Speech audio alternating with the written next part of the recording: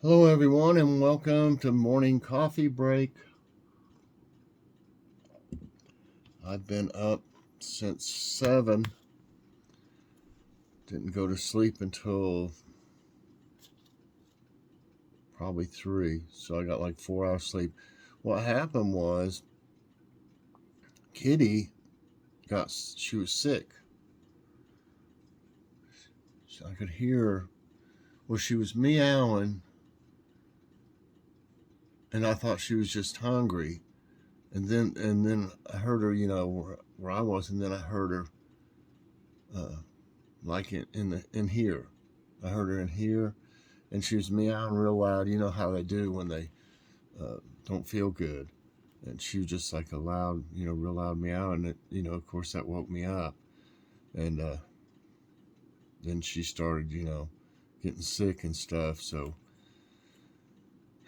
after I cleaned that up and everything, I, I woke up. I mean, uh, she she threw up in there in the living room and here in the kitchen, and I think in the foyer here a little bit too. So I'm not going to just leave that. So I went around and cleaned it up, and I, uh, sat with her, and you could tell. I mean, you could tell the look on her face. She just didn't feel good, and she's starting to feel good, better now. She was laying with me in there on the couch before I came in here, and she stayed in there, so she's waiting on me to come back. But um, she did finally was able to eat. She ate almost all her tuna things, so I know she's feeling better. But I don't know. I don't think it was like lots of times it'll be a hairball, but I don't think that's one of the case this time. So I don't know if something made her sick. Bless her heart. She could. It's just easy to tell. So maybe I'll get a nap in. Maybe not today. I'll be fine. But it's just like one of your kids or something. I mean, if they're up and they're sick, you're not going to just lay there. You can't sleep, knowing they're not feeling well. Um, anyway, today's Tuesday, January 3rd, and currently it's 57 degrees already. So I didn't have to put the space heater on. I've got the little heater going, the radiator heater, but not the space heater. You can usually hear it running. High today 73, 77% chance of rain. Humidity is 86%, winds 3 miles per hour, and air quality is 50. That's in the good range for once. But that reminded me, I put a little pot of water, a little saucepan of water. Didn't fill it up all the way because I figured it would be harder for it to heat it up to make it evaporate. I put about that much water in it and put it on the oil heater, like this one here, that one over there, looks like a radiator. I set it on top in the living room, and it obviously, I had to put some more in it yesterday, so it obviously is evaporating, and I'm not as itchy, and they aren't either. So it's obviously at least putting some humidity in the air in the living room. So that should help, and that will help with your sinuses, from what I understand too, keep them from drying out so bad. When they dry out, that's why it makes mucus and stuff, which I've been having all kinds of trouble with from my allergies and stuff. So, and it also could be from the dry air too. But I was that way this summer because of pollen and everything, and I'm probably allergic to cat hairs. I wouldn't doubt that, and they're about impossible to keep up with. She's so furry, but I sweep a lot and try to keep all that up. Okay. Today will be Logan's awesome snack reviews this evening, so definitely check that out. Uh, Always a great show. I know we've got some really good things to try, and definitely want to be there and check that out. Um, what's for dinner? We had, no, I made that barbecue, we had the New Year's Eve, we had the, pork roast or whatever it is, but uh, we had that, with the sauerkraut and mashed potatoes and stuff. And remember, I said I was going to make barbecue, but the next day I made those ham sandwiches and soup. But uh, yesterday I put the barbecue, I mean, the, pork in the, I cut it up and shredded it kind of. It's a little bit more than shredded. It was like chopped, and put it in the crock pot and put that barbecue sauce that I was telling y'all about. And it was fantastic. I knew it would be. What was that? Sounded like Kitty or something. I know she's in there laying down. Maybe she got up.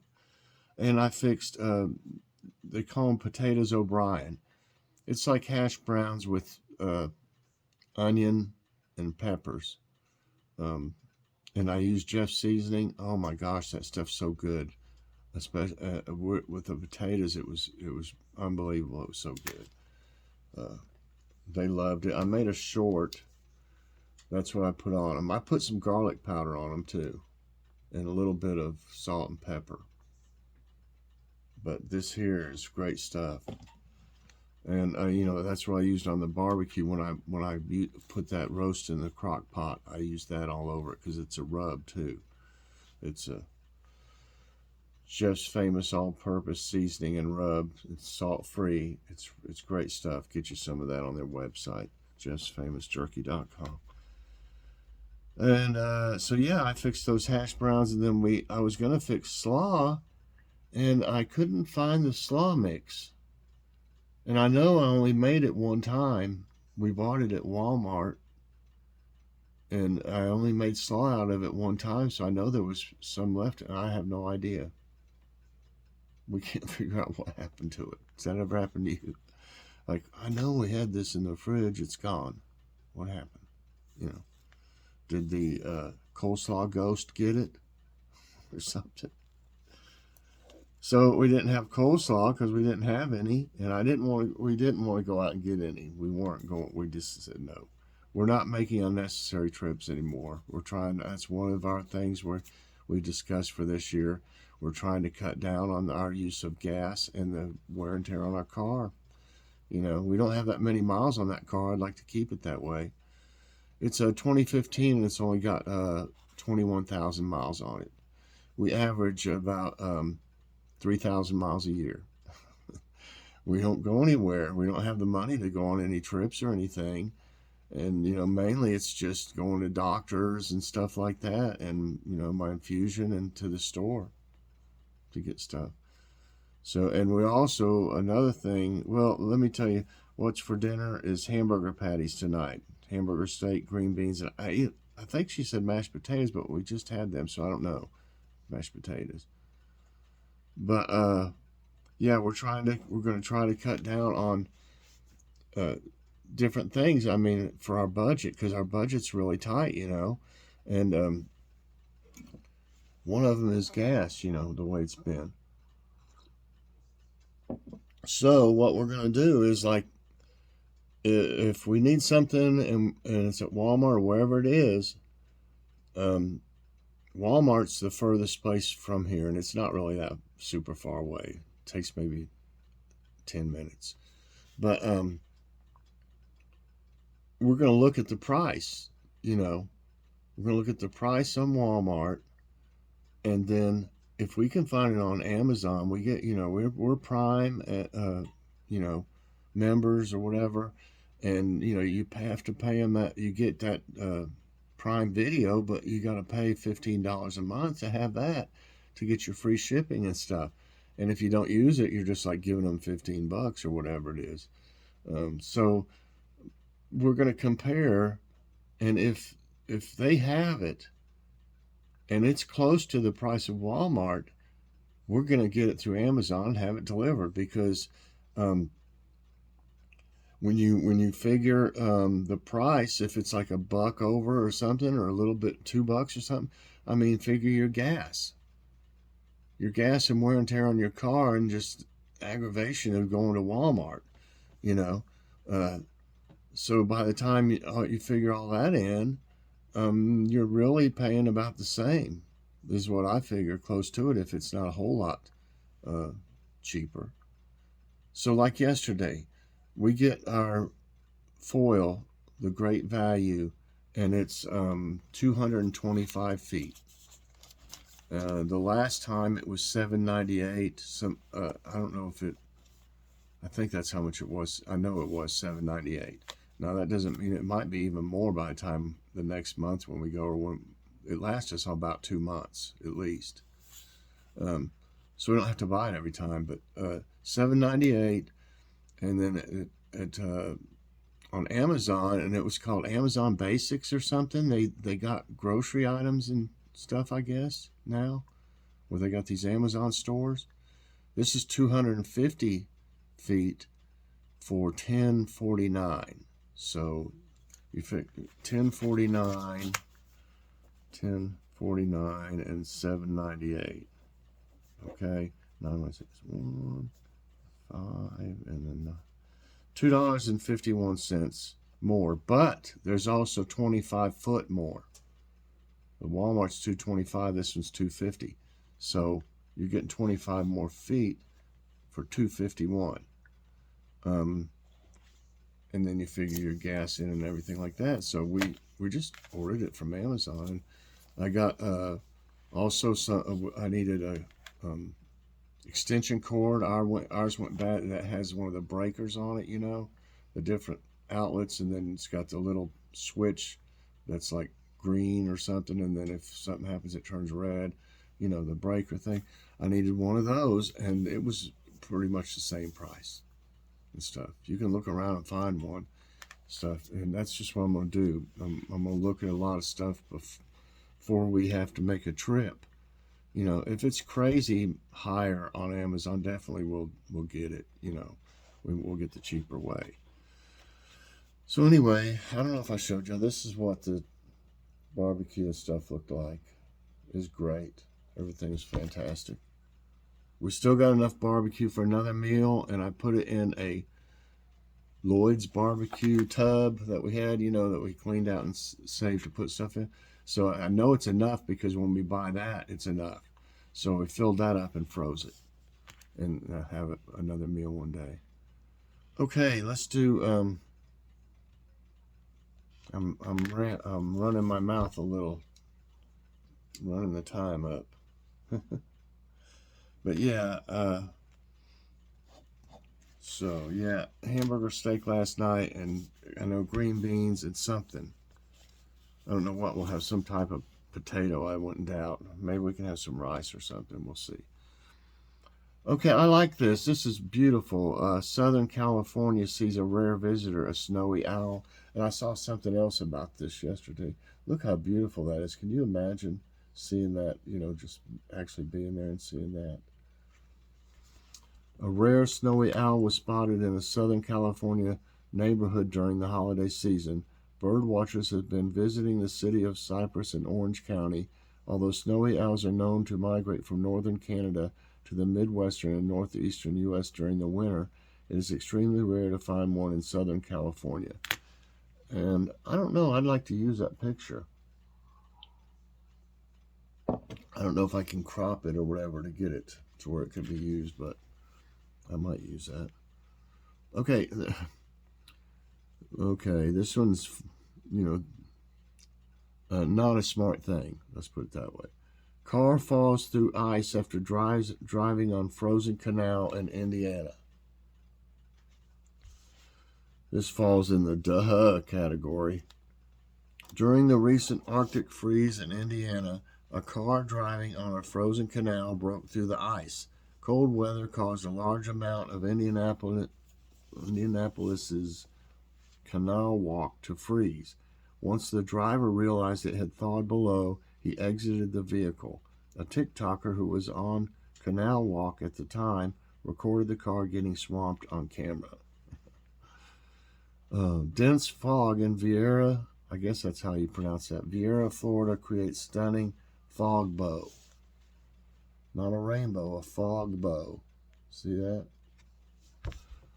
According to the NWS, dense fog resulted in a fog bow in Vieira, I guess, southeast of Orlando, Florida, on Monday. The color separation in a fog bow is less strong than it is in a rainbow because of the small size of the water droplets. A rainbow is predominantly colored while fog bows are mostly white. I've never seen one. And this Jeremy Renner, here's like an update on him. He remains critical but stable after snow accident. He plays an action hero and all this stuff, and goes through all that. And, of course, they probably have stunt doubles or whatever. But then, he's actually doing something in real life using a snow, plow. He lives in Nevada and gets hurt for real, I mean, I hope that he's going to be okay. Actor Jeremy Renner's family has made the first statement after his snowplowing accident on Sunday. The statement revealed that the actor suffered orthopedic injuries and blunt chest trauma. He probably hit the steering wheel or something. I've had that happen in a wreck before when I was in a wreck. It was also noted that the actor is in a critical but stable condition and remains in the ICU.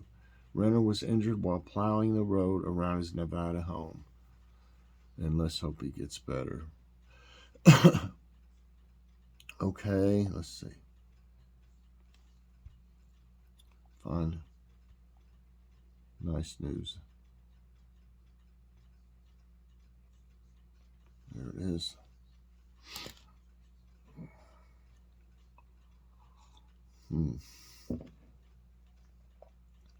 What do we got here?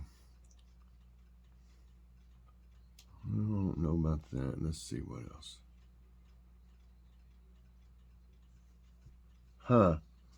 Meet the posh prize-winning pets of Senegal, Ladoum sheep. Well, that's a big pet, isn't it? Look how big that thing is. It's huge. If that's a sheep, that's huge. Recently proclaimed to be the world's most expensive sheep by National Geographic, the Ladoum sheep of Senegal compete in annual televised beauty pageants and are known to fetch upward of $10,000 each. In some cases, it's considerably more. A purchase price of just over $80,000 was allegedly once recorded. To be sure, Ladoum sheep are majestic in appearance. The largest can weigh up to 400 pounds and stand 4 feet tall. Oh my goodness, I'd hate to see that thing coming at me with them horns. It makes me think for some reason of that on the Waltons. Do y'all watch the Waltons ever? I mean, it's on that MeTV, I think. Of course, we watched it when it was new back in the day, but there was a goat or something they gave them. Somebody gave them. This old lady gave them, and it would go around, ramming people from behind when they were like bent over, and it got the grandmother while she was doing her laundry, hanging up laundry outside. Just made me think of that for some reason. To be sure, Ladoum sheep are majestic in appearance. They can weigh up to 400 pounds and stand 4 feet tall. Distinguished by good looks, tall stature, prominent muzzles, and curved horns. Among other traits, this hybrid breed was created in the 1970s, the result of crossbreeding Mauritanian Tourber and Malanian Bali sheep. Photographer Sylvain Chacao first learned about them during the early days of the COVID-19 pandemic. His fascination has since culminated in a recent series of portraits featuring an assortment of beloved pet Ladoum sheep alongside their proud owners. Wow, I don't remember ever seeing this myself. The very first Washington monument has a little-known story, and it's not in D.C. Oh, maybe that's why. If it's not, I've been to Washington, D.C., and, we looked at all the sites and everything when I was young, probably 10 or something. When you think of the Washington Monument, you most likely picture the 555-foot obelisk located in Washington, D.C., the nation's capital. But that monument was not the first in the United States to be dedicated to the inaugural American president. The first was actually built 21 years early on July 4th, 1827. The stone tower, found in Boonesboro, Maryland, was mostly built in a single day by local volunteers who wanted to honor George Washington. But today the tower stands as a tribute to those who worked to erect it, too. It is equally a memorial to the patriotic spirit of the Marylanders of 1827, whose ardent hearts conceived it and whose strong hands built it, the Baltimore Sun wrote in 1906 per Smithsonian Magazine. I never knew about that. Take a look at it again. And they did that in one day is what's crazy. Okay. The quote of the day is from Robin Sharma. Each person who delivers kindness stays with us forever. All right, that's great. Hope y'all enjoyed this morning's coffee break. If you did, I hope you'll press that like button. Also subscribe if you haven't already and share this out. And hit that so you get all my videos as soon as they come out. I hope everybody has a fantastic day, and definitely check out Logan's awesome snack reviews this evening. Bye, everyone, and God bless.